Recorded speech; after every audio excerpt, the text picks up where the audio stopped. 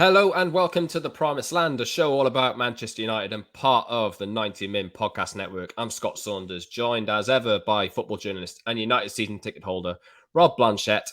You can subscribe to our show, just remember, wherever you get your podcasts on Apple, Google, Spotify, etc., etc. And now you can watch us on YouTube twice a week as well, usually Tuesdays and Fridays, although we will give you a bit of notice if it's on a different day. This one should be dropping ahead of a long break for Manchester United. I don't think they play until the start of April against Leicester at Old Trafford because they've been knocked out of the FA Cup and Liverpool is still in it. So that's the reason for no game this weekend, although we'll look a little bit further forward. And just a reminder as well, you can head over to our YouTube channel, hit the like button on this video, subscribe and join the community. And the link should be in the description of this episode if you're listening on audio. Today's episode is a little bit different. We've got Rob here, obviously. First thing, how are you doing, Rob? And today is a little bit different because we're going to look at rebuilding Manchester United and how the hell you do it. Yeah, I'm good. The sun is shining, as you can see from my camera here, right in front of my face, quite bright and sparkly. But today's show is going to be a little bit about blue sky thinking for Manchester United. So lots of doom and gloom at the moment in terms of results and the team and the manager and the build. We're going to try and pick that apart today and see if there's a way back for Manchester United to go back to the top of the English league. We will indeed. So today's show is just going to look at everything holistically in a sense. We'll look at the latest on the manager or the new manager that's coming up. And we'll look at every player currently at the club and maybe decide whether they should stay, whether they should go, what will happen with them. We'll go in depth. It might be a bit of a long episode. We'll see. But to help us do that, we also have 90 Min transfer correspondent Graeme Bailey with us. Welcome to the show, Graeme. How are you doing? How you doing, guys? Good, thanks. Fantastic. Graeme and I have been working together quite closely for a few years now, but this is the second podcast we've done together, and we might actually have a podcast coming up quite soon, so keep your eyes out for that, all about transfers and not just Manchester United. Keep an eye out for that one. But yeah, Graeme, thanks for being here. We'll obviously come to you throughout the show to discuss a variety of different players and kind of get your thoughts on what the future has in store for them. And we'll also ask you as well if there's any thing on the horizon that maybe we haven't heard yet about players that United could be targeting or people that should be rocking up at Old Trafford. But let's talk to start with about the manager then. And actually, just a reminder before we do go on, you should be if you're watching this on YouTube, you'll be able to see the Twitter handles on the screen. But if you listen on audio, you can find me @_Scott Saunders on Twitter. Rob is @_Rob_B. Graeme is @Graeme Bailey. And the show is @PromiseLandMU. Let's talk about the manager, shall we? Now, you'd think at this moment in time, Graeme, that given United have about 2 weeks off and they have 9 games left in the Premier League this season and nothing to play for essentially apart from top 4, which is maybe a little bit out of reach, but you never know if Arsenal collapse. But let's be real. Do you actually trust that United will put any kind of form together over the next 9 games? I'm not so sure. United should be looking at new manager options now. So what's the latest as you understand it on the manager search? Yeah, it's been accelerated, hasn't it, since Richard Arnold was made permanent. He didn't make John Murtough go back to the drawing board, but he did ask for him to make sure he's doing his due diligence on everyone to not scrap them, but go back to basics. Let's see who we've got. And the search did come back with Pochettino and Ten Hag as the main two. They are keeping a watch and brief over everyone. We've seen these Thomas Tuchel situation come up where he might be available if Chelsea go to the wall, if they allow players to leave and managers leave. That isn't going to happen. Obviously, I think any club who's looking for a manager, go and look at let's double check that Tuchel isn't available. Double check that he doesn't want to move. So I think they have done that. But in terms of getting him, I don't really see it. I don't think Chelsea, from what I'm hearing, are too worried about it. Tuchel's a very loyal man. He's got 2 years left on that deal. So I wouldn't get too excited by that if it was United fans. But it's good. It gives them a bit of comfort to know they are looking, they are investigating it. And as they should, Luis Enrique, Carlo Ancelotti, they're looking at all avenues. But they do keep coming back to Ten Hag and Pochettino. And they really are making sure to do the homework on these two. And yeah, and we've spoken at length, haven't we, Scott, about this, both off air and online. And as if what I'm getting from the club is I think it's 60-40 Ten Hag. I think he is Rangnick's man. Rangnick is going to have a say in this. Pochettino. How strong a say, Graeme? How strong a say do you think? I don't. I think Mert is his own man. I do. I think, but he takes what Rangnick has to say very seriously. And I must admit, I think Pochettino's the better. I think he should get. I'll lay my cards on the table. I think he is. But I was speaking to someone close to United at the Derby game the other week, and they were the same opinion. However, within the club, someone was saying, and I didn't really see this until someone said this to me. And I think I do agree actually that Ten Hag could be special. He could be the new Klopp. He could be the new Guardiola. His ceiling is higher than Pochettino's. So yeah, Pochettino's going to come in. I think he'd do a very good job. Would he win you the title in a few years? Possibly, but he will have you challenging. I think that's a guarantee from Pochettino. Ten Hag could come in and turn you in to the next Liverpool or City. And I think that's the quandary that Mert is probably in. And I think Ten Hag is a bigger gamble than Poch. I really do. And it's a foreigner coming from abroad. And the Premier League is hard. But is it that tantalising thing that do we go and get him? Is he the new special one? And I think that's where they are at the moment. And I think it's probably leaning a bit towards him. I do wonder how much his stock has dropped after their very disappointing defeat to Benfica, because how can you judge him on the Eredivisie? Can you judge any player or manager from their form in Holland? It's very difficult, isn't it? But then we see him on the European stage and they lose to Benfica at home, which is it's disappointing. Obviously, we saw Pochettino going out to Madrid. There's no disgrace to that, but yeah, it's a really intriguing situation. I still think those two are the main two. It's not to say they've discounted anyone else. They are keep looking at everyone else. The Amaram at Sporting Lisbon, they're looking at him. They're looking at everyone. They really are. But I think these two guys really are the ones who they're ticking, and they are at the top of the list because they're ticking a lot of boxes. These two, they are the way they want to play, the way they bring through young players, and yeah, I think it is one of these two. I really do. Where do you stand on it at the moment, Rob? As someone looking at United, do you have a favoured choice? As the Champions League eliminations of both Pochettino and Ten Hag over the last week or so changed your thinking? Do you think Tuchel is gettable? I mean, I look at United in the way that they have been running in the last 9-10 years and think you're not competent enough to take Tuchel out of Chelsea.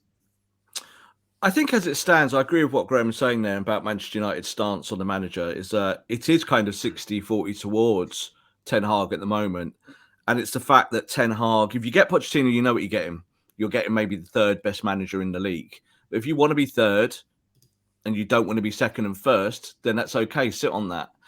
Or you could get a guy that takes you to the next level. Now, I think that there's a real hit or miss factor to Ten Hag and the fact that we just do not know what he can do in England. So can Manchester United get Thomas Tuchel? Well, looking at what's going on at Chelsea, I think the answer to that at the moment is yes. Because I don't even think it'll be about whether Tuchel wants to stay at Chelsea or not. It's whether Chelsea's new buyers can come in, can relieve what will be a big debt there in terms of what Abramovich has put into the football club. He's put in 1.5 billion over that 10, 12-year period. And are you going to be able to hold this manager and give him a new contract? So all of these things are very up in the air. And then you've got to understand if Tuchel wants to still be associated with Chelsea. So at the moment, the answer is yes. There's no kind of smoke there. It's just to see what happens in the future. Man United are the one club that can offer up the readies, offer up the allure, offer up the glory and say, we are one of the biggest clubs in the world, come to us. So I think that manager question is still very much open. Should United look at the Champions League elimination of Ajax? Absolutely not. It's crazy. You can't be looking at one result or one tournament. And I think with Ten Hag, if you want someone that can be the next Pep or the next Klopp, then there's only one man for the job at the moment, and that is him. So United are going to have to gamble a little bit here, because if you want to be progressive, you're going to have to make a progressive appointment.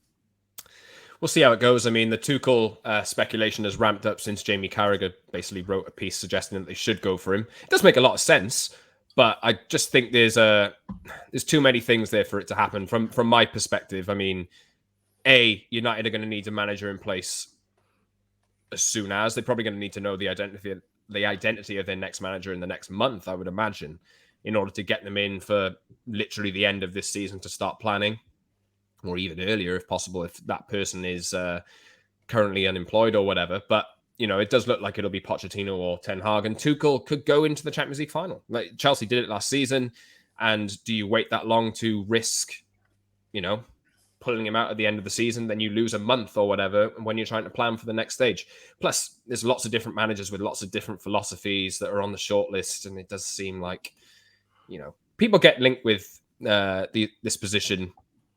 Maybe it isn't really justified, and maybe doesn't make a lot of sense. But United need, I think, philosophy first is the big thing. So it does boil down to me that I think Ten Hag and Pochettino are the two main candidates for this, and we'll see what happens, because obviously both of their clubs at the moment are out of the Champions League and only have domestic honours to challenge for. Throughout today's show, we will look at each and every player in United's team, and I'll probably start that section now. We'll start with goalkeepers and defenders. We'll talk about the contract situations. We'll talk about whether they're a good fit for United, breeze past some players and talk in depth on some others. And I think, and we'll get into it from a, perspective of a journalist and people who in the know of the situation, and from a fan perspective as well. So you've got a mix of everything here. And let's start with the goalkeepers. Rob, I'll come to you first, because we just had a chat before we started recording about David De Gea. And I believe, or from what we understand, he's one of United's highest earners, right? Obviously, Ronaldo's come in, and I think he's taken over him in terms of highest earners. But De Gea is out of contract soon enough, and will probably need to have his contract renewed if he is to stay. My question, I'll come to Graeme first, actually, is does that look like it's going to happen in the next few months? Yeah, we did actually write a piece on this a few weeks ago. There is an option there as well. United and his people have had the conversations about where they are. They want to make sure that De Gea is happy as well. And I think De Gea's got the bit between his teeth. I think he's showing a real passion for the club. And United would think with goalkeepers now can go on for longer. United, think that he can go on for another 8 years or so. And I don't doubt that as well. So I think that's, I see what some people say about his lack of ball skills, but he's there as a goalkeeper, and I think he's still in the top 10 in Europe quite easily on his day. I think he's been brilliant this season, to be honest. So I think that one will be put to bed pretty soon. I think they'll start talks, and it won't take long to get that one over the line. I think it's probably more interesting than those but what's going to happen behind him, to be honest. But no, I think De Gea will. By the time the season starts, I'd be surprised if this new deal isn't confirmed by the time the next Premier League season starts.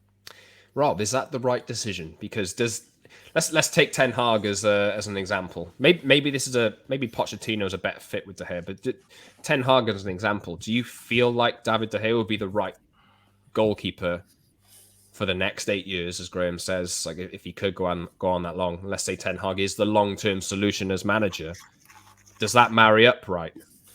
Well, I once wrote that, for me, as a Manchester United fan, obviously as a journalist as well, David De Gea, I think, is the best goalkeeper Manchester United have ever had. And I put him in front of Peter Schmeichel and Edwin van der Sar. So that's my opinion on the player. Is David De Gea the right goalkeeper for Manchester United from 2022 going forward to be a modern, progressive football club? This is what we're talking about. How do you catch City and Liverpool? And it starts from the goalkeeper position. I watch David De Gea in every warm-up, at every football match for Manchester United, all the games I go to, and he's just simply not good enough with his feet. It's as simple as that. So he is a fantastic shot stopper. I think in the last 12 months, he's recovered his form.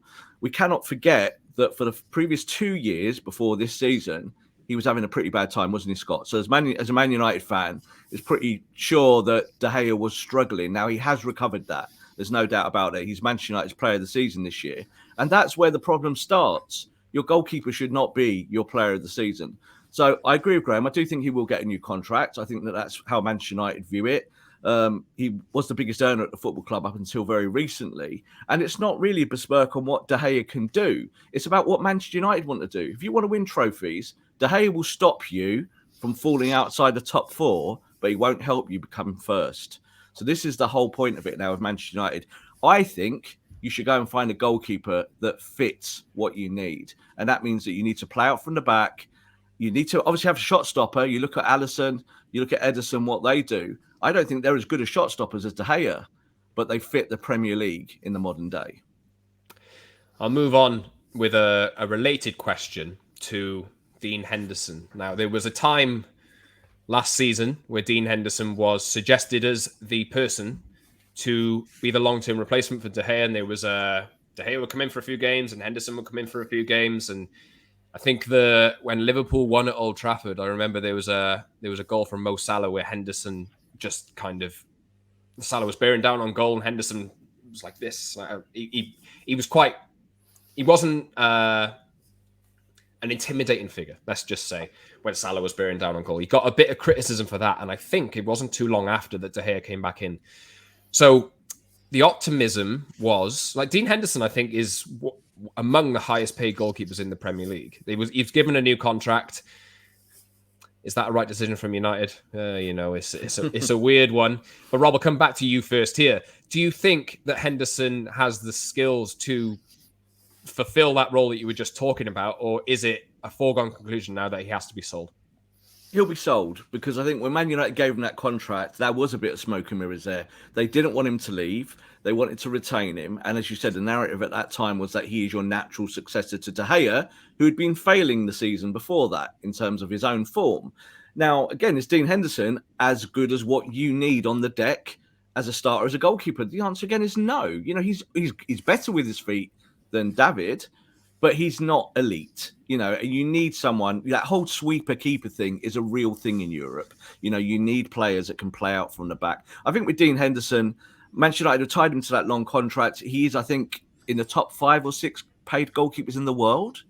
So that's a crazy thing, isn't it, to think about in terms of your reserve, who doesn't even play matches. And Manchester United will need to sell him. So you sell him, you fund him, and you go and get at least a goalkeeper, I think, that can do different things to David De Gea and can be that sweeper keeper when you need it. Oh God, I just did a very cringy face when you said that line, Rob, about the earnings, in case you are listening on audio. But my God, some weird decisions in the past over contracts and this kind of thing. And I think United have to sell Dean Henderson. So Graeme, I'll come to you. I think there's a bit of interest from Newcastle. There's been a lot of other clubs who've registered interest over the last year. Do you expect him to be sold by United this summer? And is there any updates on where the place he could go would be? And then maybe I'll come back to you on what do United do if they do sell him? They need a replacement, surely, because can Tom Heaton do it? Can Lee Grant do it? Will Lee Grant leave in the summer? We'll see. Yeah, I think they've already got Ryan Henderson's replacement. But on Henderson, yeah, it'll be down to the player, really. United will be desperate for him to go to Newcastle, because they're one of the only clubs in world football who would take on this huge wage bracket. And there are other teams who are capable of it, but Newcastle are building. We know they like Dean Henderson in January. So there's only 2 options. It's basically selling to Newcastle, which I think is the most likely scenario. I don't think you'll get a good amount, but I think considering Newcastle are going to take his wages, I think there will be a deduction in the fee there, which is only right. If he wasn't to reject Newcastle, I think a long-term loan would be the option, an 18-month loan, and I wouldn't rule out Scottish champions Rangers there. They've looked at him before, and so. Yeah, you're looking at either a long-term loan where do you send him out for 18 months? Do you look at it like a Courtois situation? But, he's not in the same bracket as that, and then bring him back later on for De Gea in 2 years. So that is an option they've got. But unlikely, yeah, Newcastle are leading the chase. They want him. Newcastle, it seems, want an English backbone. And yeah, he'll go in there. It's arguably he's not really a massive improvement on Dubravka for me, but and the were linked to Bernd Leno, who I think the Arsenal reserve, who I think is probably better than Henderson. But he's a young English goalkeeper. You sign Henderson, he could be in goal for 10 years. So I think it's a sensible signing for Newcastle. You can see why United did it. He looked good at Sheffield United, but he hasn't quite lived up to that. And in terms of his replacement, I think they could be looking very close to home, United, in the shape of Sam Johnston, who I think that's one which, we did a story a couple of weeks ago, so it's accelerated quicker than I thought, and I think they're quite. It was quite a while back, wasn't it? Oh, I lose track now. January seems to go on for 3 years, so it was a long one. But yeah, and to be fair, you guys have probably seen more of Sam Johnston in his career than I have, or you might not have, because I know he's played a lot of games. Not many came at United, but yeah, I like Johnston. I'll be honest, I think he is a better keeper than Henderson. Not a lot in it, but I think he's an England national, 29. I think he is a high class backup, which I think you do need. Yes, indeed. We'll see. But if Henderson does go, and I think the preferred option, Rob, would be to sell rather than loan out, right? He wants to leave the football club. Yeah. There's no doubt about it. He's not going out on loan again. I think the thing is that he's done that with Man United, and Manchester United made him certain promises 6 months ago, obviously under Ole Gunnar Solskjaer's tenure, and the succession plan for him to take over from David De Gea is now in the bin. So I think for him, there won't be a long-term loan. He needs to go and play games. His ambition is to be England's number one. And I think it's a realistic ambition. I think when you look at the goalkeepers around him, Dean Henderson at the top of his game, playing every week in the spotlight, could very well be England's number one at the next World Cup. Now, that seems like a bit of a jump, but he could be. He's that good. So I think you see what Ramsdale's done at Arsenal when he moved there, to show that you can showcase yourself in 6 months and jump right up the pecking order. And I think Dean Henderson is of that caliber. It's certainly an open spot, that England goalkeeping position, given the form Jordan Pickford has shown, and given Everton are teetering on the relegation line at the moment. We'll see how that goes in the next few weeks under Frank Lampard. But Ramsdale at Arsenal has obviously staked a claim, but Gareth Southgate's been a little bit reluctant to kind of make the change. But Henderson, he has a chance. So if he can get a move and then have 4 months or so of solid form, you never know. So yes, I think we'd expect to see Dean Henderson leave the club in the summer. If Sam Johnston does come in to replace him, it seems like a logical move. Is the logical move, though, renewing David De Gea's contract on the kind of money he's on for a longer period of time? We'll see. But let's move on to defenders, and I'll go through the centre-backs first off. I think it's pretty nailed on that Rafa Varane stays, right, Rob? For now. Let's see how he feels next year not playing Champions League football. I think that's going to be a big question for him long term. But yeah, he's very much committed to Manchester United as it stands. And I would probably, although I think we've reported on this in the past, Graeme, about Victor Lindelof potentially being available. Although I wouldn't put him on the list of players I'd expect to leave straight away. No, not at all. It's quite a few. I think it's the case this whole squad. There's the players who United would like to leave is quite extensive. The players who will leave is a lot smaller.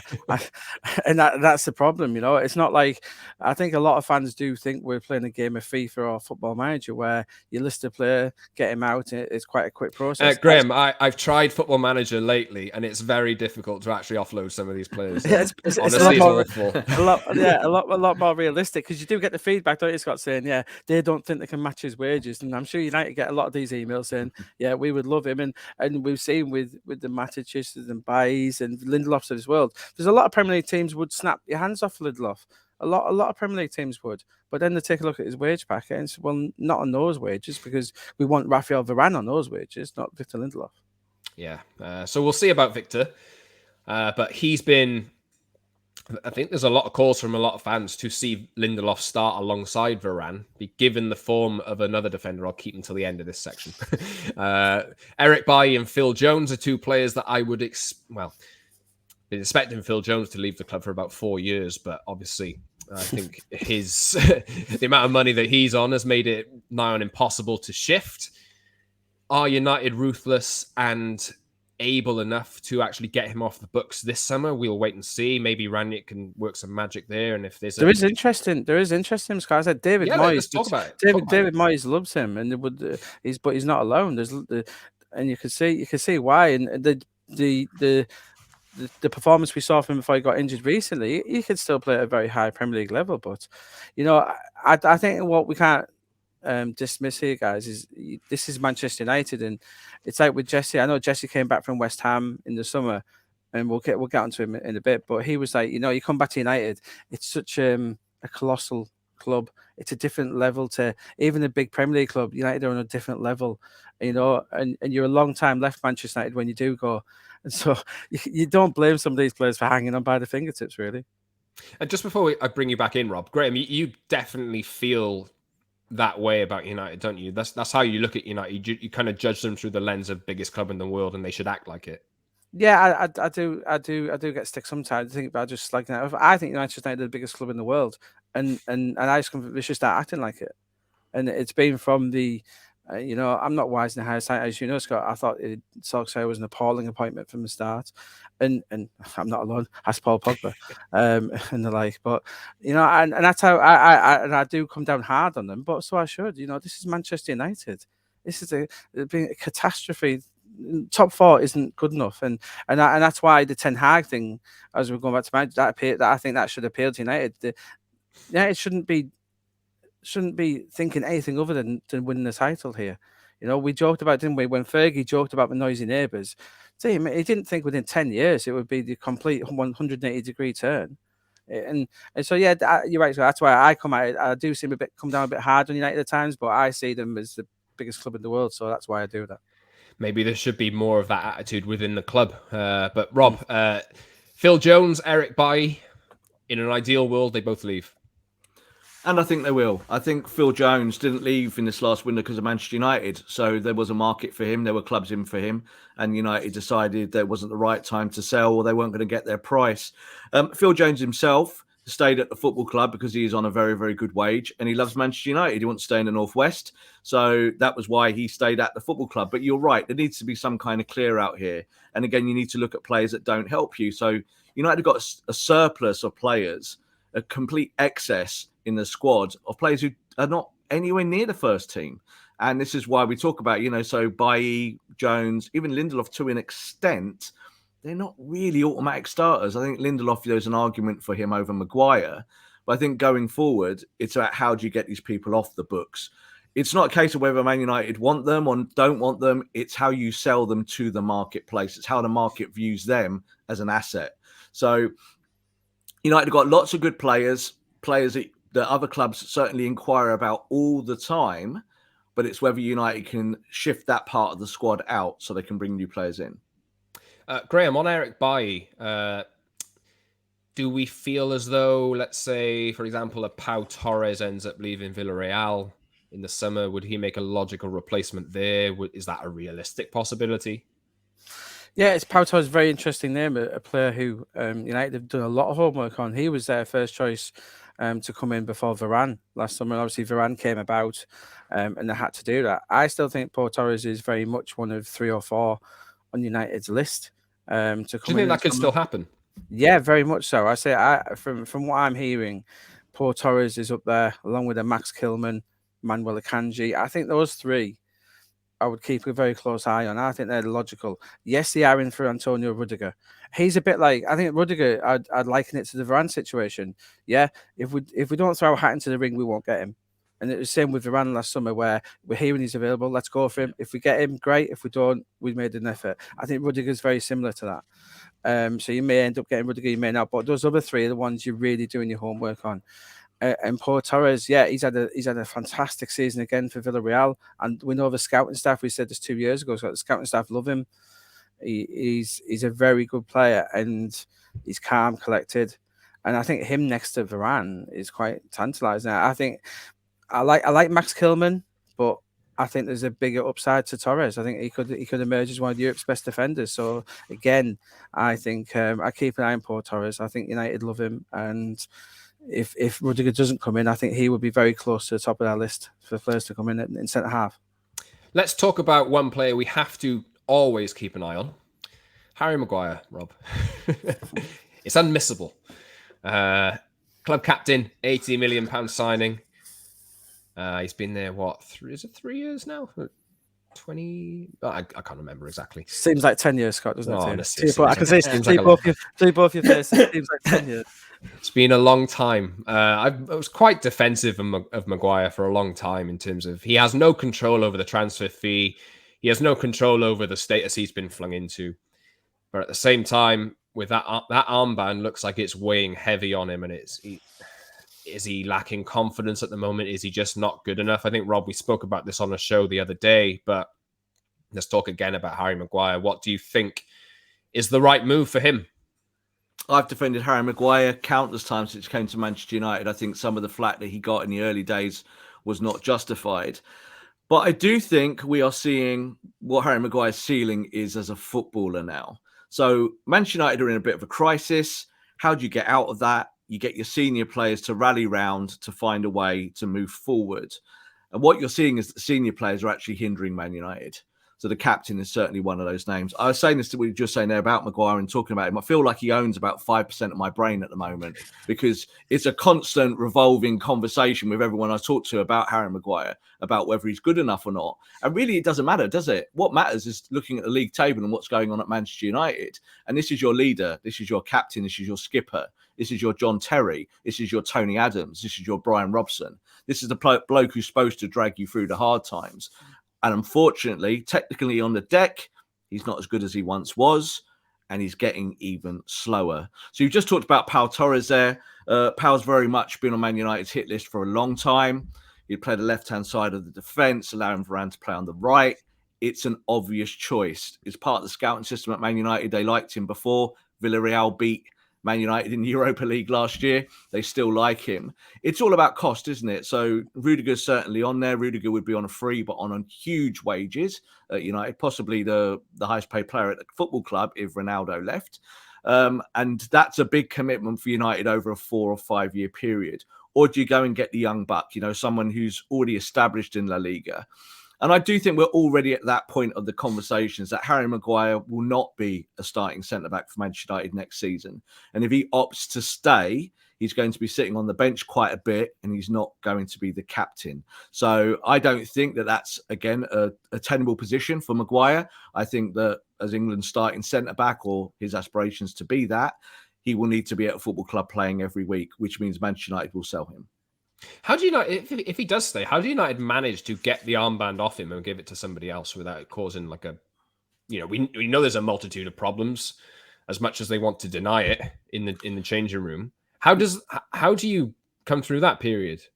I don't think that you make a big deal of it. If you've got a player who doesn't start, you can't be captain. It's just as simple as that. So you can have a figurehead at a team, can't you? So like when Ashley Young was the captain at Man United, he didn't play every game, but he was kind of the go-to guy that in the dressing room, and but one of the most experienced players. Yeah, exactly. It was done on experience, and that was why United gave him the armband at the time. So he's kind of club captain without being team captain. But Maguire, I don't think, can fill that function. He's the captain for a reason, and there wasn't the kind of discourse that people are talking about when he was handed the captaincy from the dressing room.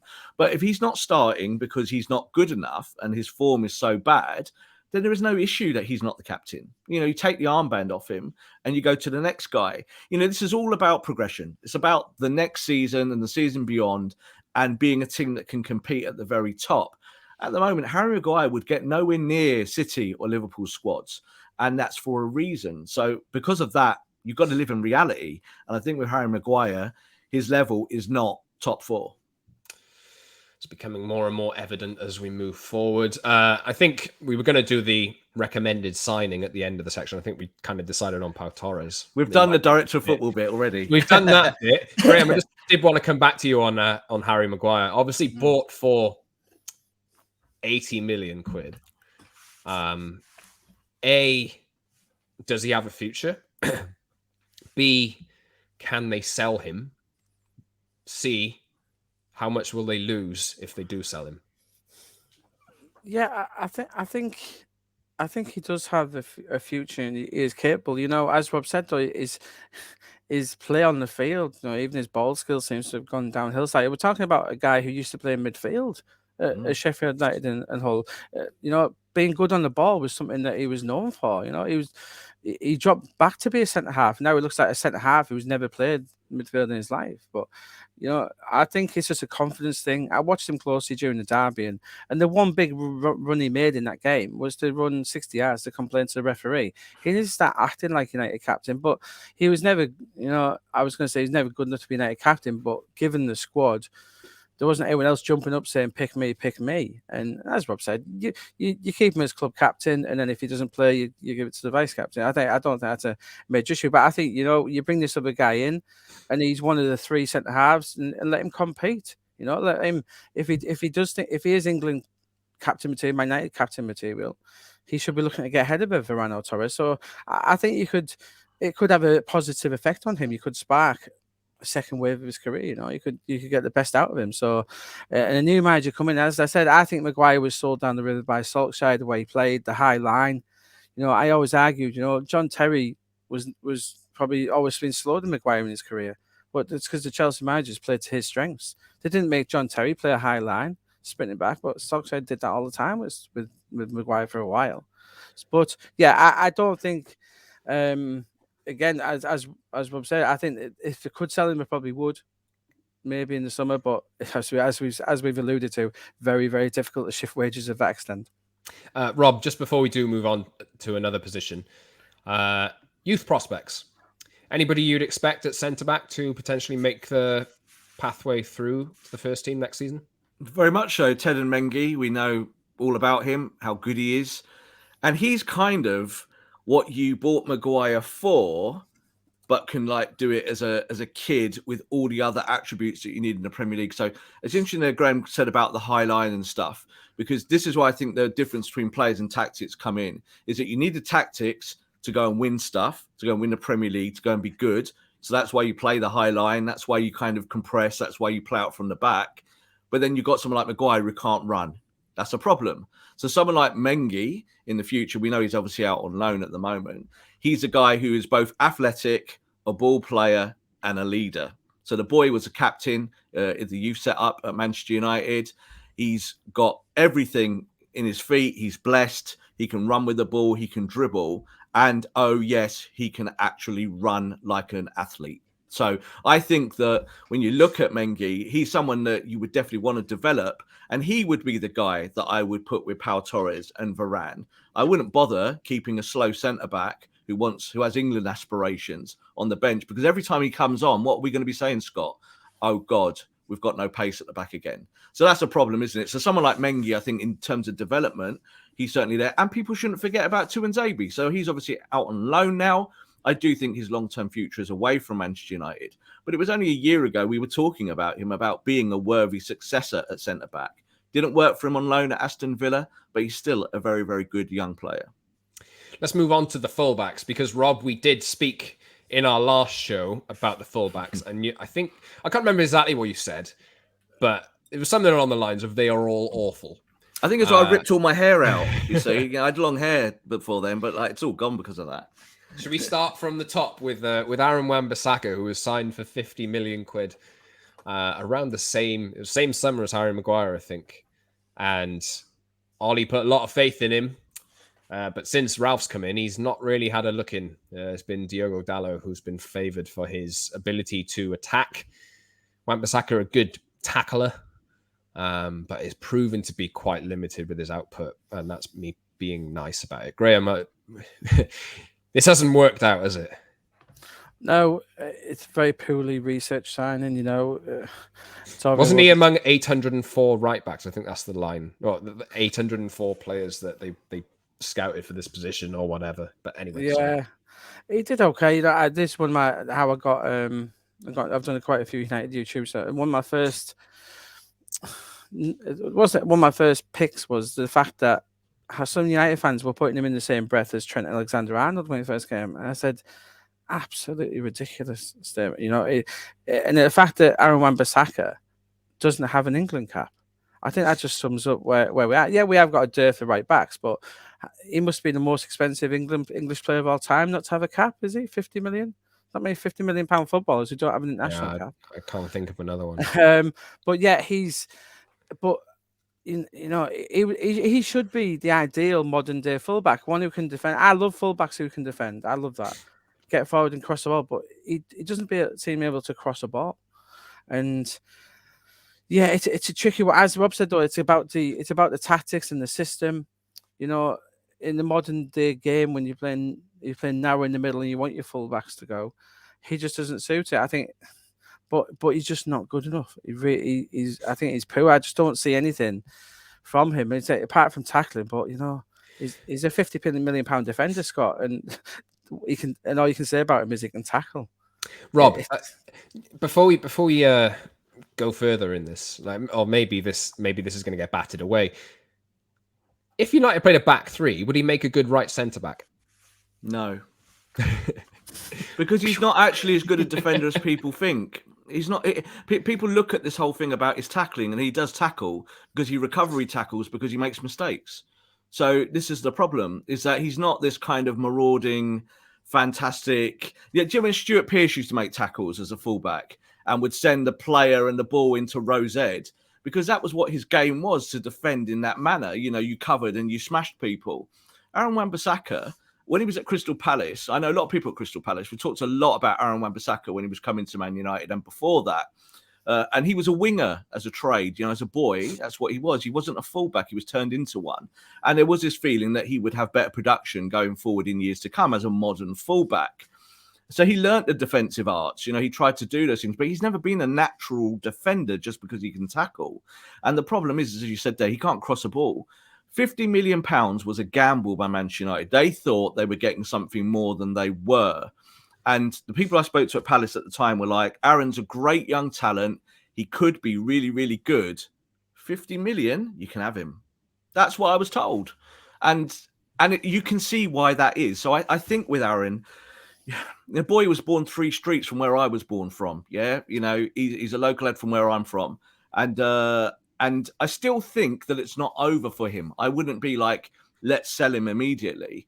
But in terms of development, you need a coach that's going to take him out of his head where he is today and put him somewhere else. Put him somewhere where he can actually play games, play a style of football and develop him. So it might be a loan move. You might kind of give him a completely brand new plan. But if you sell him, you're going to have such a horrendous loss. And he's still only 21, 22. So he's 24, actually. Is he? So he's put on 2 24. years. He's put on 2 years in the last year. That's how it feels at Man United. So he's 24. But you think about it, there is still development, I think, in his game. I wouldn't completely... He's not the first player I would sell. And I actually do think that when you look at Dalot and Telles, who've got a lot of upside, people say, in terms of going forward, they are also drastically horrible defensively players. So I do think that the modern game for fullbacks, 100% tactically, it's about going forward. You need to get goals and assists. You need to be productive on the other end so you can play a 3-5-2. You can push your fullbacks. And fullbacks are wingbacks now. Let's be honest. They're not fullbacks anymore. They don't sit in a flat back four. It's not a thing anymore. So I think that Wan-Bissaka, that's why he's not playing at the moment. But the next coach, I think you still need to keep trying to develop him over the next year or two. Otherwise, you're going to make a £40 million loss on him. And you're probably going to make that kind of loss on several other players as well. So you can't do that across the board. He's contracted until 2024 with an option for a further year. So, yes, he still has some time. No, 2 years ago, he was rated the 10th best fullback in Europe 2 years ago. So it's not actually that long ago. And his form has completely spiraled in the same way that Luke Shaw's form has spiraled. Luke Shaw was the second best fullback in Europe last year. So we can think about these things now because Man United are terrible, but they do need to strengthen that position because they need options. Maybe it's a point to make throughout the show that these United players most of them do look completely bereft of confidence and are therefore not playing at their very highest potential. But let's talk about Luke Shaw. I'm going to switch over to the left because we just spoke about him. Started for England in the Euro final, scored after about 3 minutes, looked on top of the world, had a great season. Some people were saying he's better than Andy Robertson. And this season, it's just not, he's just one of the many victims of United's fall. So United have, he's had a long journey, Luke Shaw. I think he was signed by Van Gaal, wasn't he? Mourinho obviously called him out and essentially said, I'm doing his thinking for him. Ollie managed to get the best out of him for a time. If Poch comes in, he's worked with him before. What happens to Luke Shaw, Rob? Well, Luke Shaw's got to sign a new contract, first and foremost. So if Man United fans want him out of the football club, they're not going to see that. he's going to sign a new deal. So I think with Luke, it's, I was really pleased with how he came back last year. Last year's form was fantastic. Obviously scores the goal for England at the Euros final and was undoubtedly one of Man United's player of the season. When you come second in the league and you get to a European final, is he as good as Robertson? Well, he was better than Robertson last year. Is he better than Robertson this year? No, absolutely not. The pandemic of loss of form at Manchester United has affected everyone. So this is why I think with certain players that have proved it in the past or maybe have shown that they have a higher ceiling than they're showing at the moment, you've got to stick with it. So you do need fullbacks at the club. And as I said, I think with Luke Shaw, I think that Telles is more of a problem. Telles comes in and people think he's an alternative. And then again, I sit at Old Trafford and pull my hair out watching him not overlap, not making 5-yard passes, not doing anything. And then you've got Dalot sit on the other side. So I do think that you need another left back at the club. You do. You do need that for Luke Shaw as an alternative. But Luke Shaw's form has been woeful this year, but he really isn't the only one. Yes, indeed. I would expect Luke Shaw to stay as well. But I'm bearing in mind, we've been going 45 minutes already. We're only on the fullbacks, so I'm going to try and speed it up a little bit. But it's good stuff. So I was, I don't want to rush it too much. In terms of looking at players, Scott, I would say that from what I'm hearing, United are not looking at left backs really. I think they are looking at a few options. They do have Brandon Williams as well. Yeah, and right backs is where they are looking. We did a piece on Boulay from RB Leipzig. They did look at James Tavernier last summer, which I think they should have done that actually, as it happens, because he did fit in beautifully. One player who I can bring up, this is a player who we haven't really mentioned or ever talked about. We're going to be doing a story in 90 minutes about this guy today. Aaron Hickey of Bologna. Scottish. Yes. He is on the radar of every one of the top 6 in England. He has had an outstanding season. 19-year-old, just been called up to the squad. Genuinely, ambidextrous when it comes to two-footed. Been described to me as the next generation's Dennis Irwin, but with better feet. He's that good. Keep an eye on this guy. United are one of the clubs looking at him very closely. He could move this summer. And I think he'd be a lovely fit for United. Play both sides. He's a brilliant fullback, and that's one story we'll be doing today. But yeah, United aren't the only ones, but they are looking at this guy very, very much so. And he's currently been a sensation in Serie A. Yeah, currently at Bologna, I believe, and he is a regular that I pick up on Football Manager. It's a second Football Manager reference today, but he's a regular for me because he can play both sides and does not surprise me to hear that. So you can keep an eye out for that story. Maybe we'll throw the link in the description so you can read the article that Graham's going to put out on 90min.com. But moving back towards, we'll wrap up the fullbacks because you mentioned Alex Telles, Robin. You think he's a walking disaster, to paraphrase you in a sense. Diogo Dalot, a little bit more of maybe he's more aesthetically pleasing on the ball than Aaron Wan-Bissaka is, and maybe that's why fans think that he's the answer. But is he really? No, he really isn't. Like as I said a minute ago, fullbacks are expected to be front-footed players now. They're expected to get assists, get forward. They are the modern-day wingers, and Dalot kind of fits that. But you've got to do some defending. You've got to be aware of what's on the shoulder on this side. He's the most unaware player at Manchester United. He really is. He really doesn't know what's going on behind him or to the side. And we saw that with the goal, didn't we? The other day, it goes over his head. Yes, he's having to cover the middle and having to come narrow, and that doesn't help him. But he's so far away from what you need if you want to be a championship winning team. So again, there was a reason, you see, why Dalot, when he came in under Jose Mourinho, why it didn't work. And he was a young player. The reason why it didn't work is because he's so bad defensively. He did all right at AC Milan. He wasn't a raging success, but he was obviously starting there.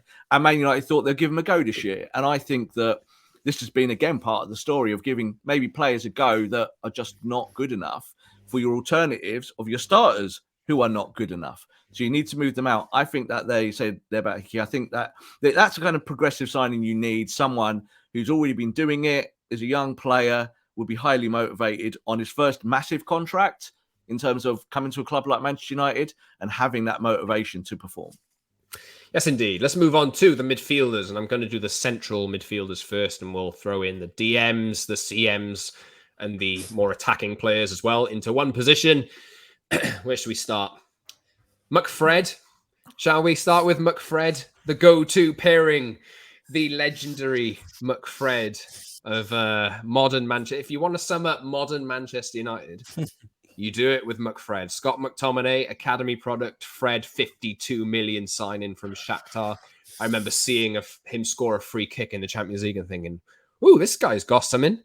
And I could probably count on one hand the amount of goals he scored for United since joining. But maybe he's been played in the wrong position.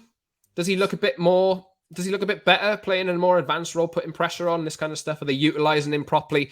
But one thing's for certain, as far as I'm going, unless you can tell me differently, Graeme, these two are staying.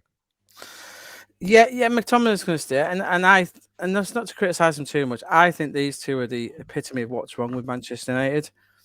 These two in centre midfield, they're just not good. They're miles away, and yeah, they are giving their all. They're trying. They're talented boys. Don't get me wrong. They could fit into 3/4 of the Premier League and be very good players. They really could. But again, this is Manchester United. You got to challenge Chelsea, Man City, and Liverpool, and you can't do it with these two. It's like, let's look at United's captain figures: Ince, Robson, of the like, Keane. There's nothing in there centre midfield, and that's the club's fault for not having someone around. And Fred, maybe if he had a world-class centre midfield alongside him, and obviously we'll get into Pogba in a minute, but yeah, this is a massive problem. McTominay, yeah, he tries his hard out, but he's just so far off. Like, even far off of Nicky Butt. He couldn't strap Nicky Butt's boot laces for me. He's just not there. Fred, and I honestly, I think this is the first thing any United manager coming in has to solve: the centre midfield. He has to start again. That's the main problem. And yeah, Maguire and the fullbacks, they'll probably tell you it's hard when you got someone running through you consecutively. There's no stopping them. And yeah, I don't rate them. And yeah, but they are staying, as you say, Scott. They are staying. Fred might have a little bit of juice on the content, but he's on a big deal. I wouldn't necessarily rule out a Fred departure, depending on what you could bring in. He's out of contract next year, Fred. Yeah, so I wouldn't necessarily rule out. And McTominay, and the McTominay is a good option to have. He should be in your squads for the next 5, 6. He's a squad player, isn't he? But he's playing every week. Yeah. And I tell you what, he plays some fantastic games at centre half for Scotland. He really does in a 3. So I think he's a good option to have in the squad, but he shouldn't be starting for United. He really should.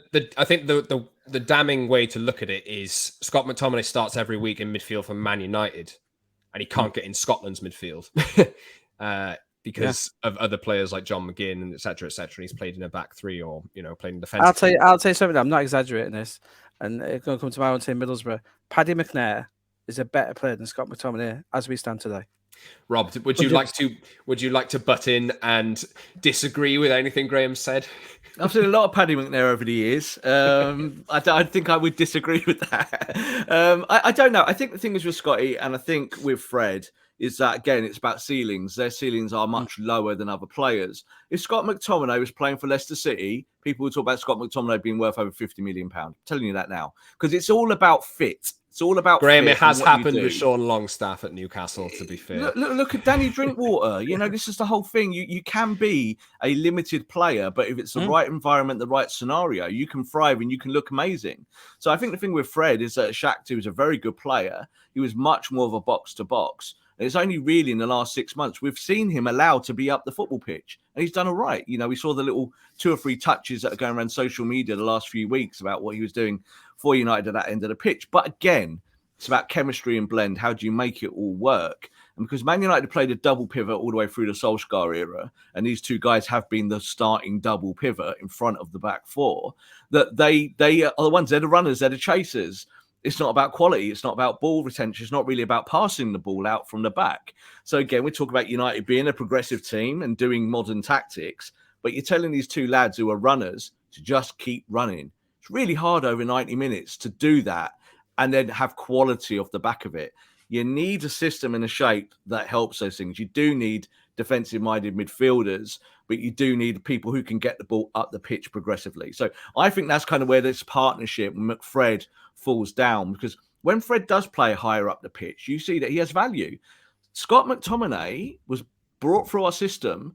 He was a forward. He was a finisher. He was a goal scorer. And when he gets the ball on the edge of the box, you actually see the shaping. He knows how to strike a ball. He knows how to score goals. Last year, he scored 9 goals from midfield. And this is a boy who's a defensive midfielder? No. So I think that a lot of this is about position and about how you play them. I would keep these 2 at the football club because I think you have to. They can't get rid of everyone. There's so many that you would want to get rid of. But I think when you look at these 2, they're not the biggest problem at Man United. But I think as a starting pair, they are a problem. You do need that elite central midfielder. I'll cycle through a couple more that I would expect to stay. Bruno Fernandes. I mean, we can do a section on him, but Rob, we talk about Bruno every week. He's not going to leave, is he? And would you? Let's say an 80 million offer came in for Bruno Fernandes. Would you sell him?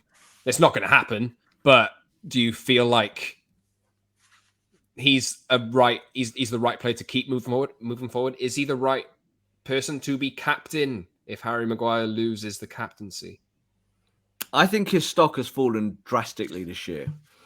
And that is last year when he was the big dog and when he was the one getting everything he wanted and he was the fulcrum of the team, the centerpiece, doing everything. He was getting goals and assists.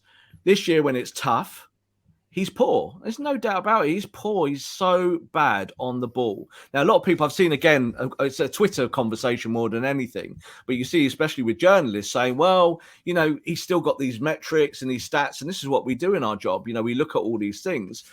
But there's no doubt that he does not pass the eye test at the moment. He goes in, he's very, very undisciplined. He does not do his role completely wherever he plays. He's a drifter and he wants to be a creator, but not within a system. So there's no doubt that the problem for him and Ronaldo this season has been 50% him and 50% Ronaldo. So I think he has to carry that. I do think going forward that if you change your shape in your system a little bit and you have a manager that works it, that Bruno Fernandes will not be a huge problem. He will still be one of your centerpieces of your team. But you're just saying there about selling. If you did get a huge price for him, you know, is he completely essential for Manchester United's future? I don't know anymore. I really don't. I don't look at him. I want central midfielders and attacking players that can pass the ball, Scott. Yeah, 5 yards. I want that. I'm desperate for that. I want to see that. Like you see at Manchester City, you see that fluidity from their midfield. And Bruno does not provide that at all. He can make the killer pass, but he doesn't do the simple stuff. And you need someone that can do both. Of course, this was one of the concerns, but I think there was United were looking at signing Bruno for a long time. They often denied it. And I think a report came out at one point that cited his ability to give the ball away or his lack of pass completion as one of the main concerns and why they held off him. They ended up caving and signing him in the January of 2020, I think it was. All the years are different. Like, just I forget with lockdown and this kind of thing. Maybe it's 2019. I can't remember, but you can correct me in the comments. But, you know, they caved in. He has made a massive difference. But I agree with you, Robin. United need ball players in there. Graeme, do you see him as a essential part of United's future? I think, as Rob said, you know, I could see why you might move him on, but there's just so many other things to do before that. I think replacing him might be the final piece for the next manager. You know, moving on from him. But I don't see them being able to do it. I think if you did put him on the market, there would be takers. But I think, I say, his stock's dropped. If you put Bruno on the market today, you'd probably get the Inter Milans of this world, etc. You wouldn't be getting the Real Madrids of this world looking at him. And I think that's exactly where his stock is. So I think you have to stick with him. I think a new manager has to drive into him the discipline part of it. You know, it's hard at the minute to criticise him because is he playing the right next plans, etc. And he's clearly not getting the best out of him. So yeah, I don't think he's a huge issue, but I agree with Rob, his stock's fallen and he needs to make that impact on the new manager, and that'll be up to him to do so. Is he still good enough? I think he probably is, but he needs to show himself as United's best player again because he really isn't at the moment. You do look at him and you think, well, I think Mauricio Pochettino wanted him when he was at Spurs. Could he be the Dusan Tadic at Ajax under Erik ten Hag? Could he fill that role? It's about getting the most out of Bruno, again, putting that discipline into him, but we should move on. Nemanja Matic has a year left on his contract, and we are going through pretty much every player. We've been going for an hour now, but let's get it done. Nemanja Matic, he has this. He has certain attributes, Rob, but he can't do it 90 minutes twice a week. No, he needs to be moved on. It's just you can have it in a nutshell. It's a great player in the past, fantastic for Chelsea, did well for Manchester United initially. Too old, not mobile enough, not played badly when he's come into the team. But again, that is part of your thinking of squad building and being progressive, is that you need players. I would rather have a youngster in that role there of coming through. We've seen Hannibal have a fantastic African Nations tournament, and since he's come back to Man United, he hasn't got sniff. So Matic has played minutes. I would rather see someone like Hannibal play those minutes. Hannibal is on my list, and he'll obviously be staying, I would imagine. James Garner at Nottingham Forest as well. Another one. Could be promoted to the first team next season if Matic is sold. Do you think you're not going to be able to do that, Graeme? I've seen quite a lot of Garner, I must admit. Other people like him more than me. I don't think he stood out as much as I would like first half, but it can be quite difficult. He's obviously Stevie Cooper is doing a job for him, so I'd be willing to give him a real chance. He's clearly a good player. He isn't standing out as much as I would like him to, possibly, but it depends what role you give him. As Rob said, it depends what role you give these guys. And if he was just sitting there holding, he could probably do that job. And as you say, you'd rather him do it than Matic sitting there and doing it. Why not? It's giving these guys a chance. Sometimes you only need that one game to take a chance, don't they? And it'd be nice to see him given that chance before he is jettisoned, if he is ever. But I'd like to see more of him. But he's not impacting on the Championship like maybe some of the other players we've seen in the past, like a Conor Gallagher, Mason Mount sort of thing. But that is obviously highest income. But that's what I expect to see from some of these United youngsters. I put them up there with the City and Chelsea youngsters. I want to see that, and I must admit, I just haven't quite seen that spark from Garner when I've seen him this season. In terms of Matic, I mean, he's another one of those players that was signed for. I questioned it at the time. As much as Matic is, what they signed him for 40 million. He was late 20s, 29, I think. And I looked at it and I was like, well, that's not a long-term signing, is it? We should not be doing that. It's a Jose signing, wasn't it? It was a Jose signing. So what Jose wanted. Yeah. It was. And he's got another year left on his contract on a decent wedge of money. Might make him difficult to shift, but I could see him leaving for a pastures new somewhere. I mean, he could go somewhere closer to home, or he could try another league because he's been playing in the Premier League for a long time. Also played at Benfica as well. But I think there's options, and there's a certain leagues in Europe which may fit Nemanja Matic better. But it's a case of whether United are competent enough to be able to shift him on. Let's talk Paul Pogba then, shall we? Because he's out of contract we're mid-March now, so that's 3 months. Mm-hmm. And there was hope at some point. But obviously, Graeme, we've reported many times at 90 Min that Pogba's left his options open. Hasn't made any decisions yet.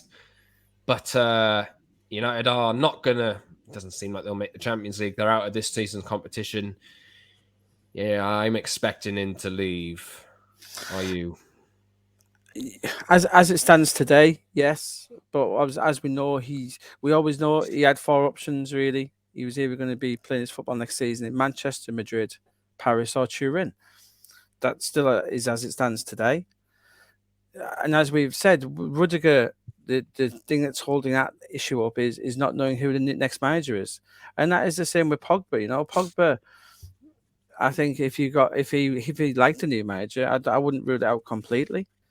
And it would depend how that manager's going to play him. You could see Pogba, a new manager. What do you do with Pogba? I think he is. I see him. If he went to Juventus, he could be the next people. He could be the next Pirlo. He could be sitting in front of the back four. Just let him do that. Let him be the quarterback. Let him do that role. He's good. He's more than good. Could he do that at United? Possibly. See who he takes over. But I don't think his bridges are completely burnt at Old Trafford, but it's a tough one. As it stands today, no, I don't see him staying. I think once Mbappe is done, I could see him going to Madrid, and it won't be about the money, but it'll just be about the move. If it is purely about the money for him, he probably will go to PSG. But I think they're the least likely of the four options. I would think United, Madrid, and Juve. I think he has very, very different reasons for each of those destinations, and I wouldn't rule it out completely yet. he does strike me as just wanting to win trophies. And I think, Rob, I'll come to you in a second. Like, I think United have failed him as much as he's failed at United, because he was brought to United and the pretenses of, we're going to challenge for the title every year. We're going to make a statement. We're going to buy big players. We're going to make you part of a big team moving forward who will challenge for trophies every season. And they just haven't, apart from I think it was his first season where he won the League Cup and the Europa League, but they are not competitions that he would be dreaming of winning. Obviously, we're recording this on Thursday, and it's the night after, or the day after, Pogba revealed to the world that his house was burgled. And, you know, obviously, that's a horrible, horrible thing for Pogba's family to experience. I mean, and just from a personal perspective, I mean, that can't really help you feel settled to stay in Manchester, because this happening to a lot of players in that area.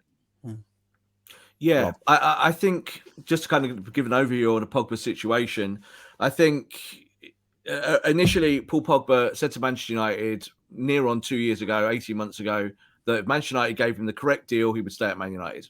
That was the bottom dollar. Manchester United were the people who stalled. Manchester United did not know if they wanted to give Paul Pogba that kind of money. Now, Paul Pogba's roots in the Northwest are much more deeper than people understand. You know, he's almost a bit of a Mancunian. He's a Manchester lad. He enjoys being in the area. He enjoys being there. He's got lots of friends. It's part of his network. It's one of the reasons why he came back to United. He felt he had unfinished business, kind of family business, as he once said, once described to us. That might sound like, you know, hyperbole or whatever to people, but that's the truth. That's kind of how he feels. Now, he's a family man, and being on the Cheshire Belt is something that appeals to him, and that's why he stayed around. This is why Manchester United have been still a very good option for him. But I do think also this burglary might change that. I really do. So we were talking about this yesterday, that if he does no longer feel safe there, that's something that is taken away from him. There is this likelihood that he will now leave England. So I think he wants to win trophies. To him, that is exactly everything it means. He's got all the money in the world. He's going to get a big wage wherever he is. He's going to go to a team that can help him win.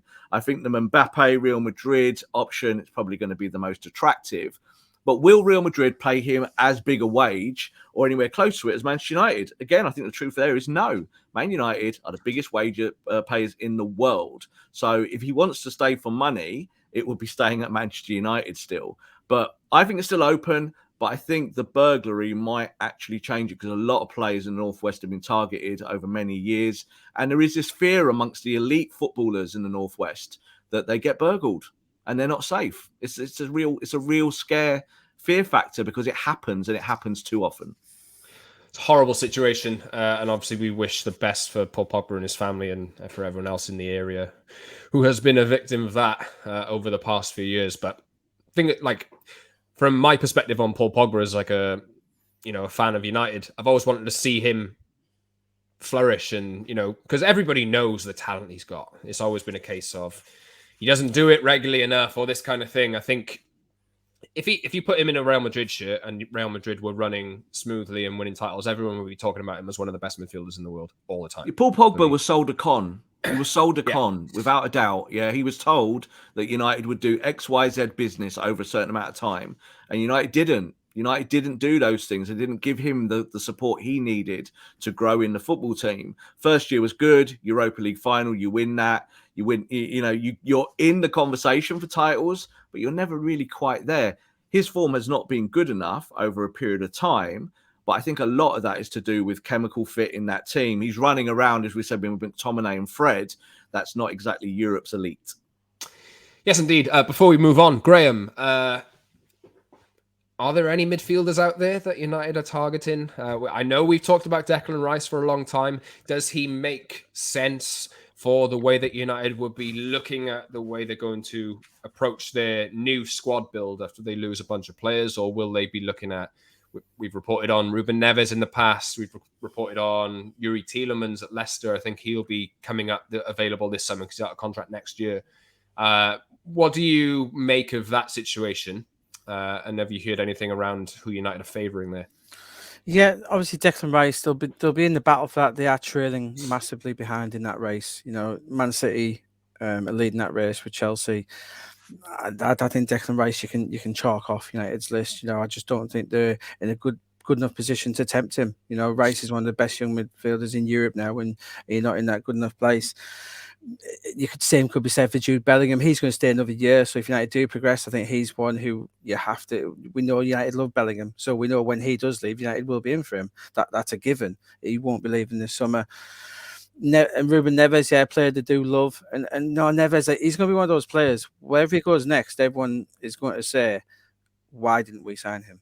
He is such a good player, and I still think I think he ticks a lot of boxes for United.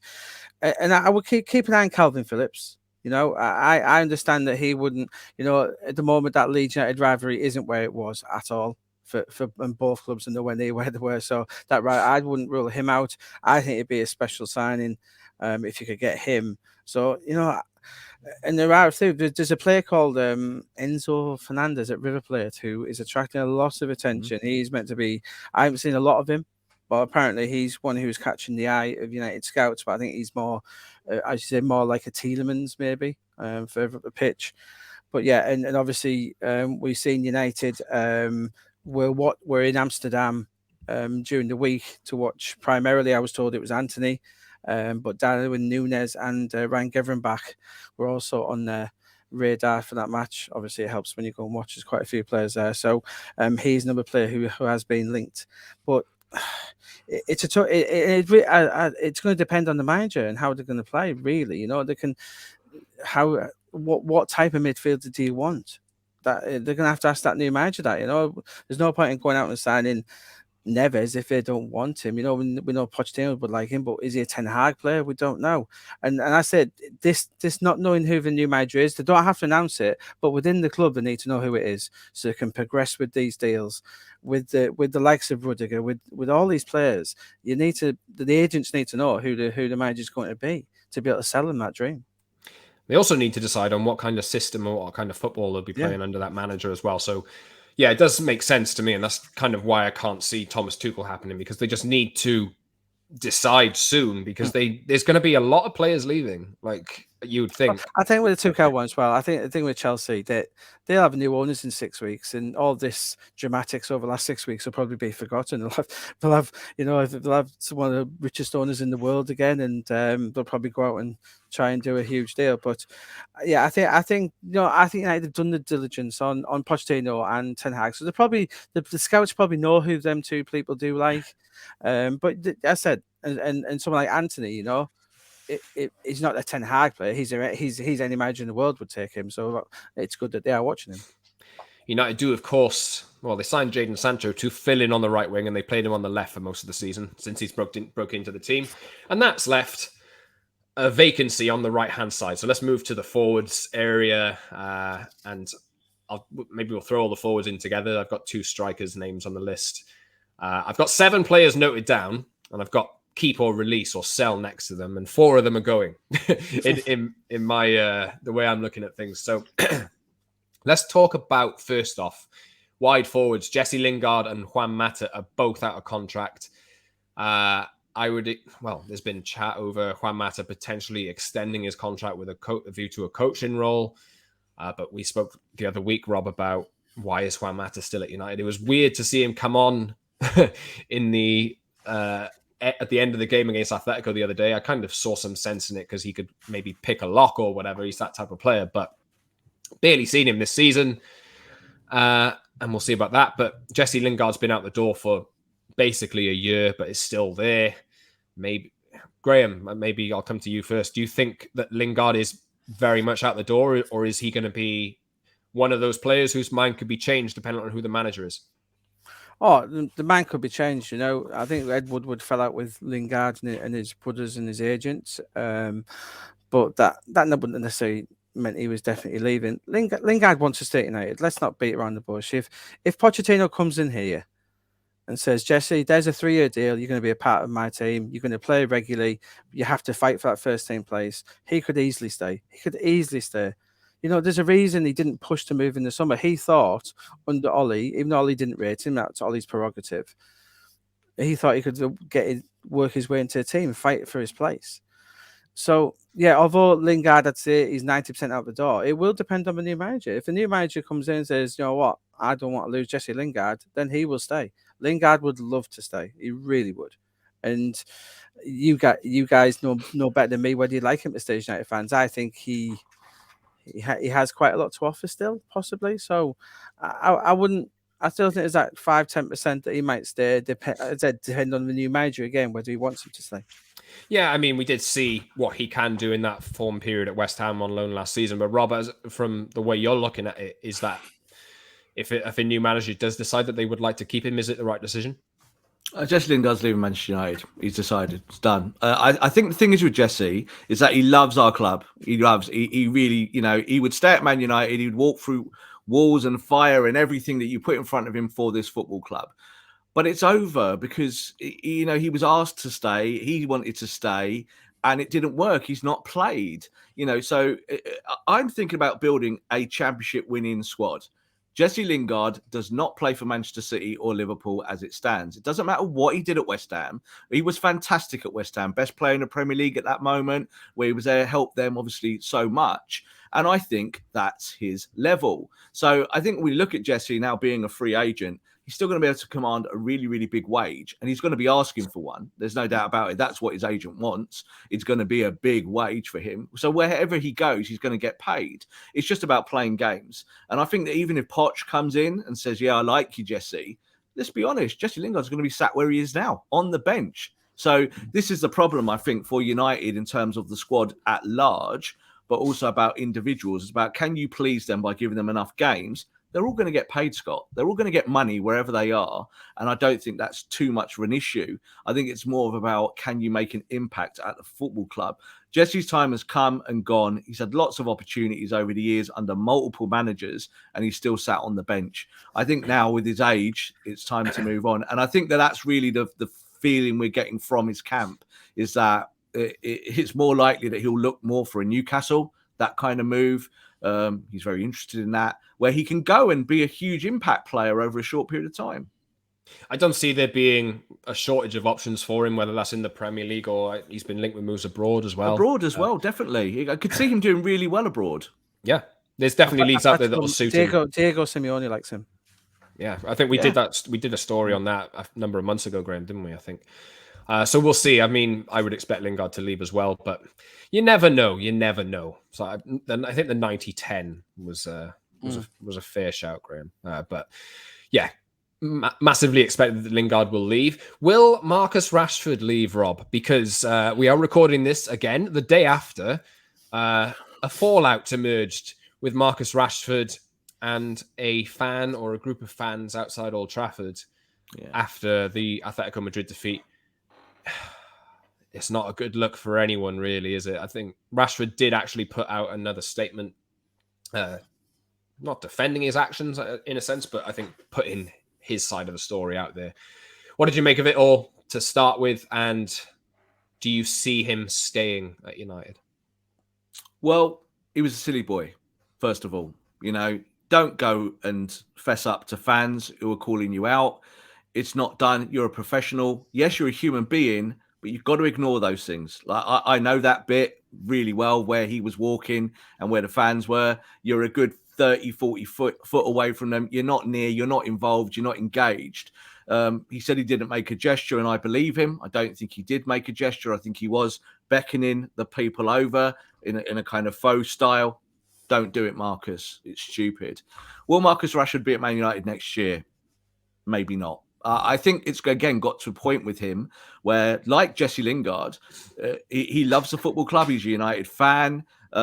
He's been a reliable source of goals and assists for United over years now, but he's hit a ceiling. And this year, I think, being Marcus Rashford, and I say that in inverted commas, has become a tough gig for him.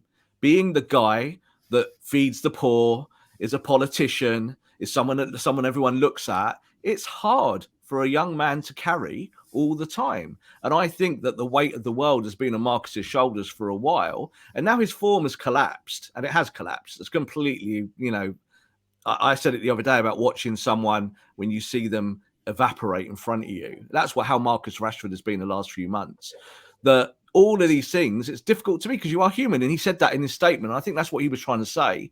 I don't think Marcus Rashford wants to be that guy, by the way. I don't think he wants to be the mouthpiece of a generation. And I don't think he wants to be the person that tells politicians and governments what they should be doing. He wants to be a footballer. He wants to be a normal person, a normal millionaire in Cheshire. He wants that, but he hasn't got that. So I do think that with Man United, whoever the next manager is, especially if you think it's someone like Ten Hag, the technical coach, someone like that, there might well be a feeling, especially with his contract situation, that United might sell him now in this coming summer, because you either give him a deal that puts him on up to 300 grand a week, around that kind of amount, 350 even.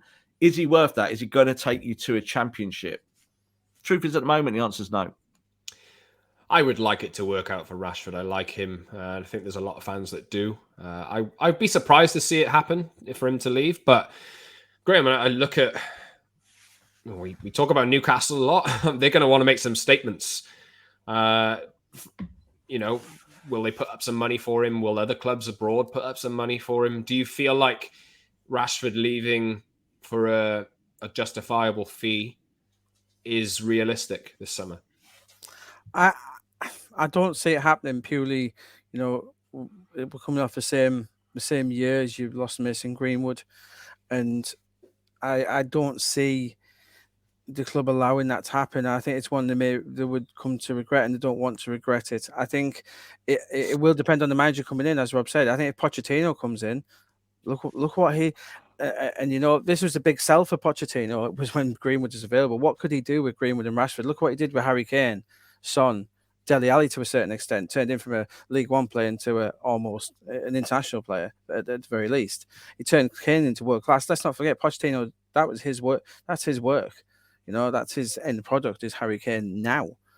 And I think Rashford, he still has so much to offer. I'd be, from an outsider point of view, I think it'd be a huge mistake for United to let Rashford go. A massive mistake. You don't let someone as good as that go. And it is complicated, as Rob says. He's a politician to some, he's a campaigner, he's this and that. I just think he needs to sit down with his agent and say, look, you need 12 months as a proper footballer again. Let the new manager come in, sit down. Rashford is now, he will go to the World Cup with England, but I don't think he's a certainty anymore. It's helped by the fact that England don't have anyone scoring goals at the minute up front. But no, I just can't imagine a world where Rashford leaves United. He needs to do it. As I'm saying, his form's dropped off. He needs to do it. He needs to show United he's that number 9 shirt there. The number 9 role is there to be taken. There's a spot there for him at United, but he needs to step up and do it. And I don't think United will sell this summer. I really don't. I hope they don't. But I wouldn't rule out some big offers. PSG losing Mbappe. Why not come and get Rashford? I wouldn't rule out some cheeky offers coming in. Yeah, I'm with you there, Graeme. I wouldn't. I don't think that they should do it.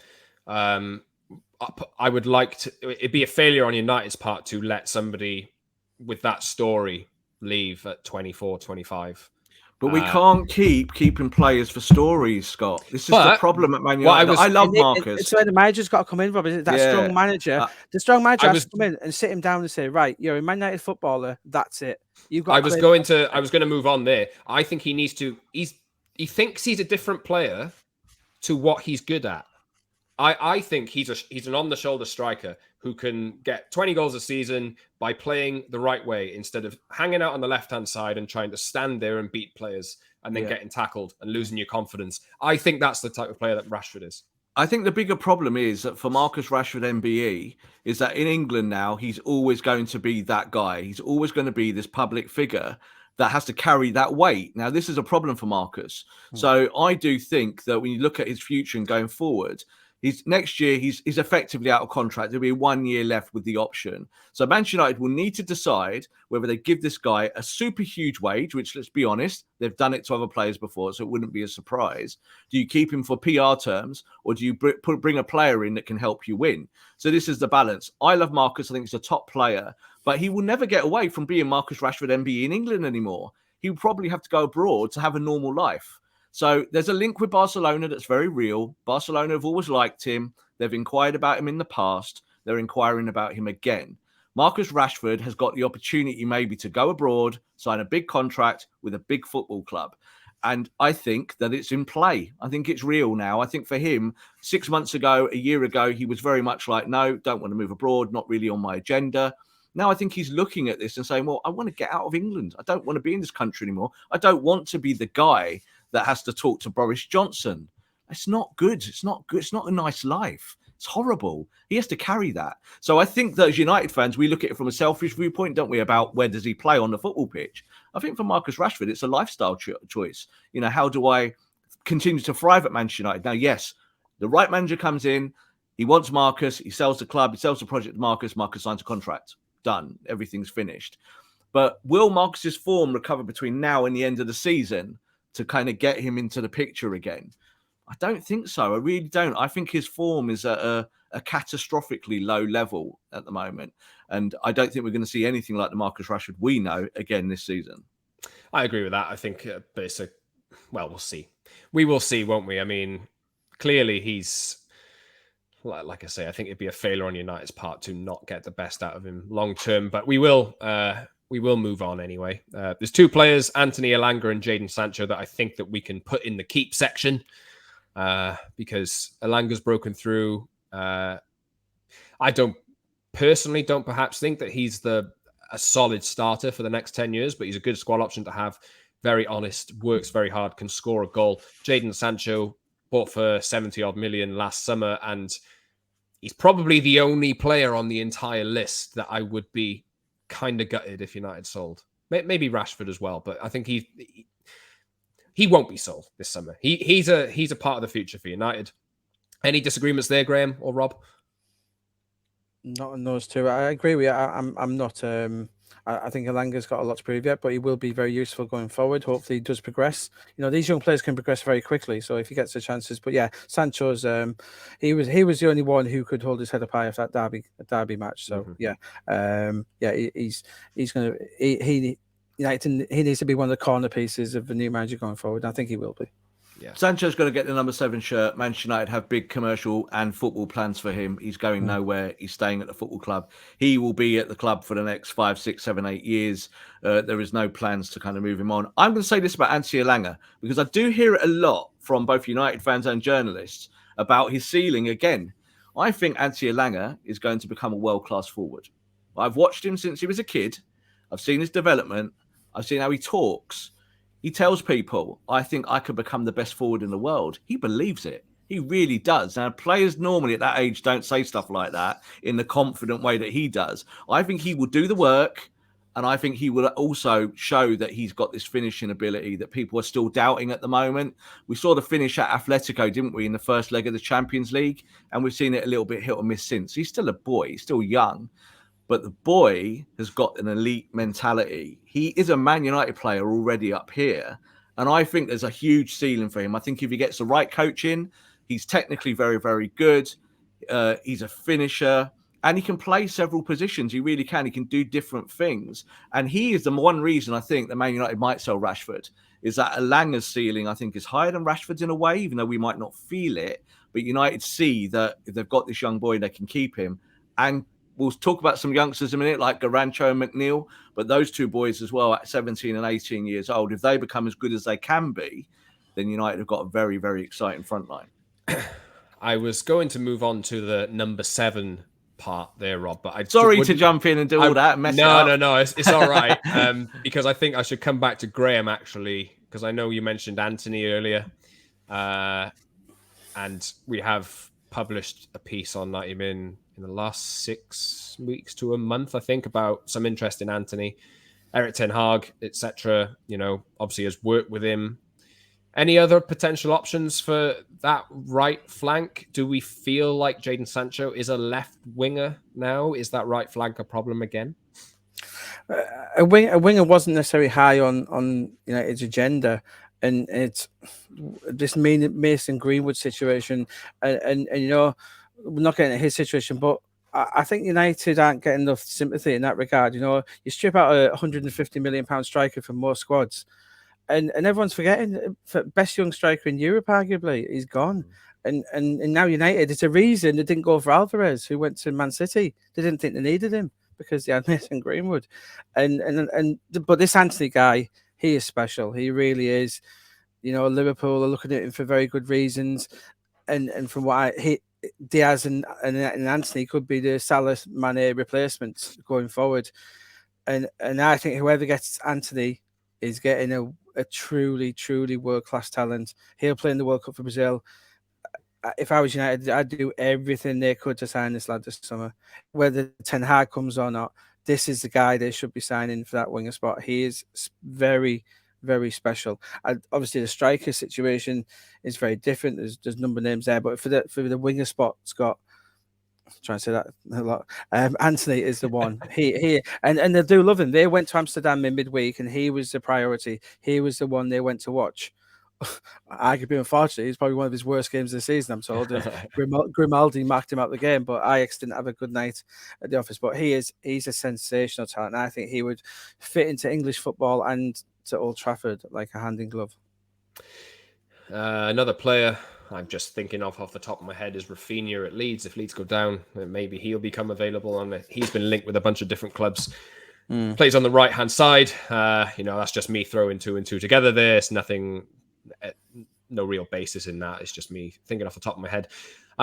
Rob, you mentioned Garnacho, McNeil as well. We'll maybe talk about him in the striker section when we move on in a bit, but United have other options too in the youth team. Yeah, look, Jadon will go back to the right-hand side eventually. You've got to remember his last season at Dortmund, he played 52% of his games on the left. So he can play both sides. That's, I think, why United are utilising that. And it's mainly due to the poor form of Rashford. So Rashford obviously playing that left-hand side primarily. And you've got how Jadon can switch from both sides. I still think that Jadon is going to be the guy that ends up on the right. That was United's long-term plan for him to be taking that right-hand side berth. Garnacho plays on the left.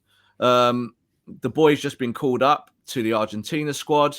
No one at Man United knows him. I'm talking about the fans. The fans are like, who is this lad? Well, if you watch your youth team, you watch the under-23s, you know exactly who he is. He's just fired Man United with McNeil into the Youth Cup final. First time Man United have been there for many, many seasons. And the boy is special. So he's only 17. He's not on the cusp of the first team. But we're talking about building long-term here, aren't we? We're talking about the next manager, successive transfer windows, who do you need, what position, yada, yada, yada.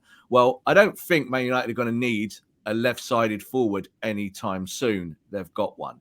So they've got the balance there. Alanga can play both sides as well. I said, I think he's going to be at Man United for many years as well.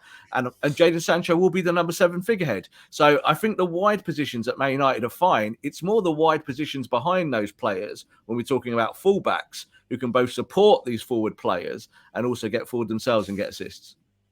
Thanks for tying back in the number 7 chat, because that's a nice little segue into what happens with Ronaldo. I think we can pretty much write off that Edinson Cavani is going to stay at United. I think he's out of contract. He will end up leaving for another league.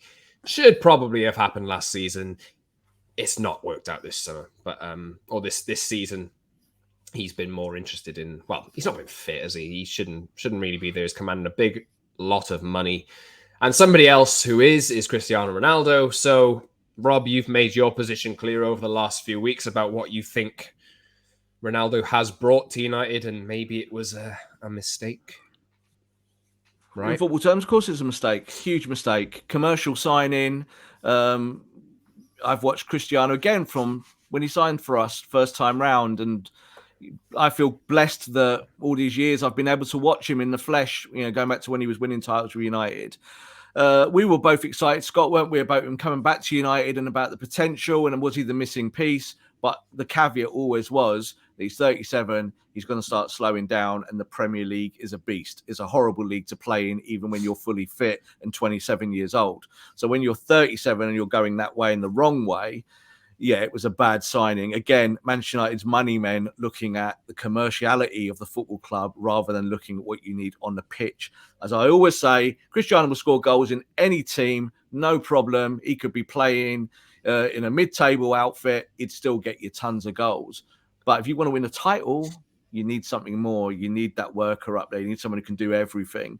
And Cavani as well, just a really bad bit of business from Man United. We know his injury record's poor. We also know that he was desperate to leave the football club. really wanted to go to Boca. There was that offer on the table, and he wanted to go out to South America. He's always said his ambition is to retire in South America, go back to his farm in Uruguay, and just live the life, and just chill a bit. And United offered him a ton of money, and he went, yeah, I'll hang around for another year. And he's hung around on the treatment table. So just again, bad business from Manchester United. Graeme, so Cristiano, do you make it I don't want to say near certain. Do you make it likely that he'll leave, and what kind of destination can we expect him to go to if he does? Yeah, I fully expect him to leave, Scott. I think from what we're hearing, PSG want him. The Qataris want him. They want him to be one of the poster boys for the World Cup coming up, alongside Zinedine Zidane, we expect to go into PSG. Zidane loves Ronaldo, that relationship they've got. And Ronaldo was missold this United dream, like we mentioned earlier on. There's a lot of players who've been missold this United dream this season. He came to win silverware, and that's why he's annoyed. And he's a winner, and he's not winning anything now, and that's what's got to him. I don't think he's been that bad a signing. I think the club have let him down with the managers. He's come in, and the manager's just not up to it. Ragnick and Solskjaer, they're not good enough to coach players of this caliber. They're not, and that's what's let them down. And he will get a manager capable of coaching him in the summer. I think it'll be one of those. I think United fans will bid a fond farewell to him. He's come back, done a decent job, and he'll go to PSG for the next chapter of that career because he wants silverware again. Because obviously it's the first time in 16 years he hasn't had it. So yeah, I think he'll be on his way to PSG, and I think it suits both parties really. They're not going to get a lot of money from him, but it moves on his wages. He goes there, and I think they're happy. Then United have to look to how to replace him, which is obviously the bigger question. Might actually be an easier job than you think, because obviously Ronaldo kind of sticks out like a sore thumb in a sense of, and the argument has been that he's actually hindered United's style of play. Perhaps there are other forwards there who would fit in more seamlessly. And I think, it wouldn't surprise me if Ronaldo did end up leaving this summer. Notably, we have only looked at the players who are at the club currently. There are players such as Donny van de Beek on loan at Everton, Anthony Martial at Sevilla, who did an interview this week justifying his reasons for leaving United. Amad Diallo is at Rangers at the moment, but you'd expect him to come back. Brandon Williams at Norwich, you'd expect him to come back, and whether he leaves on loan again remains to be seen. Andreas Pereira has been... he's on loan at Flamengo, I think it is, and there's been some back and forth about whether he actually joins them permanently. The likes of Pelistri, Tuanzebe, and Tahith Chong as well have all spent time out on loan. But, we've gone through pretty much the entire squad, and we are at 1 hour 37 in the total recording. I didn't expect it to last this long, I've got to be honest, but it's been a good conversation. So I did just want to say thank you to both of you. And if there's any, maybe I'll round off with, the more that we've gone through this conversation, the more I've thought, Poch could get this guy playing a little bit better. And maybe that's the option that United will take, even though we do feel that, as Graeme said at the start of the show, that Ten Hag might have the advantage as it stands. But would not surprise me whichever of those managers comes in, if they, the only surprise that I would kind of have now is if it was somebody else outside of those two. But we'll see what happens. United have to make a decision within the next few weeks, and they should really start on planning moving forward as soon as they possibly can, even when this season is still going on, I would think. But guys, thank you both for joining. It's been a long one, but really fun chat. Just a reminder, you can subscribe to our show wherever you get your podcasts on Apple, Google, Spotify, etc. And now you can watch us on YouTube twice a week on Tuesdays and Fridays. So head over to the channel, hit the like button, subscribe, join the community, and the link should be in the description of this episode. If you're listening on audio, and another reminder, you can find us at _Scott Saunders, at _Rob_B, at Promised Land MU, and at Graeme Bailey on Twitter. So give us a follow, get in touch with us, let us know your thoughts on anything that you've heard in this episode. And thank you very much for listening. We'll see you soon.